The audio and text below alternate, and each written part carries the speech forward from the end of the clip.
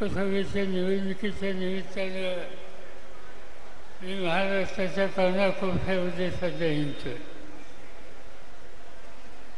म्हणजे मोदी सरकार शेतकऱ्यांच्या विरोधी आहे.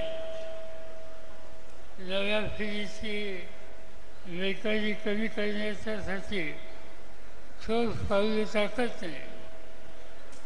समाजातले स्त्रिया असोत, अल्पसंख्याक असोत, दलित असोत, या उपेक्षित घटकाच्याकडे लक्ष देण्याची जबाबदारी पाळत नाही. त्या मोदी सरकार आणि मोदींचा पक्ष हे महाराष्ट्राच्या समाजकारणातनं बाजूला कसा करता येईल यासाठी हे माझे दौरे आहे.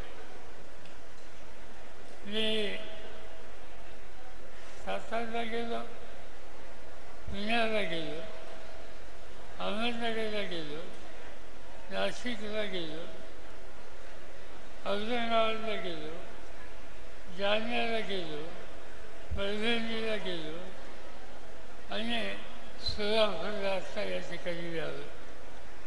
या सगळ्या जिल्ह्यामध्ये लोकांची मनस्थिती दिसते आणि ती मनस्थिती भाजपच्या हातातून सत्ता घ्यायची.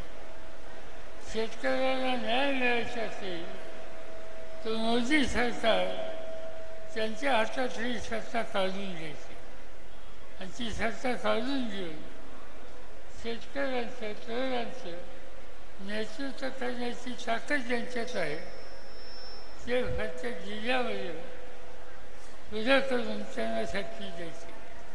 आणि त्याच हेतूनं आम्ही लोकांनी हा निकाल घेतला की माझा मतदारसंघामध्ये धैर्यशील मोहिते पाटील यांची निवड करून एका तरुण माणसाला संधी त्या ठिकाणी दिली. तसंच सोलापूर शहरामध्ये विधानसभेमध्ये अनेक वर्ष काम करणारी वनिती शिंदे हिला लोकसभेच्यासाठी संधी देऊन आज उभ्या आहेत. या दोन्ही उमेदवारांना मोठ्या मतानं विजय करणं ही आपली जबाबदारी आहे आणि ती तुम्ही फार फाळावी ही विनंती करावी मिळाली. आणि त्याच्यामध्ये दुधात साखर म्हणतात तशी गोष्ट या ठिकाणी घडली.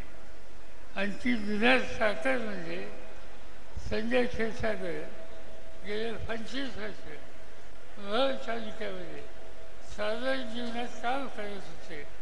त्यांनी आज आपला रस्ता बदलला आणि राष्ट्रवादीचा रस्ता त्यांनी स्वीकारला. त्यांचं मी या ठिकाणी स्वागत करतो. हा तालुका अनेक वर्षापासून माझा एक त्याचा संबंध असलेला हा तालुका आहे.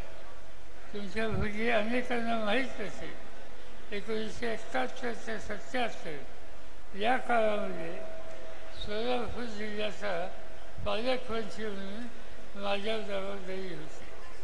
आणि त्या काळामध्ये मी अनेकदा बघितलं या मोहोळमध्ये संभाजीराव गरड असतील, त्यांचे बाकीचे सहकारी असतील, या सगळ्यांनी आम्हाला लोकांना साथ दिलेली असते.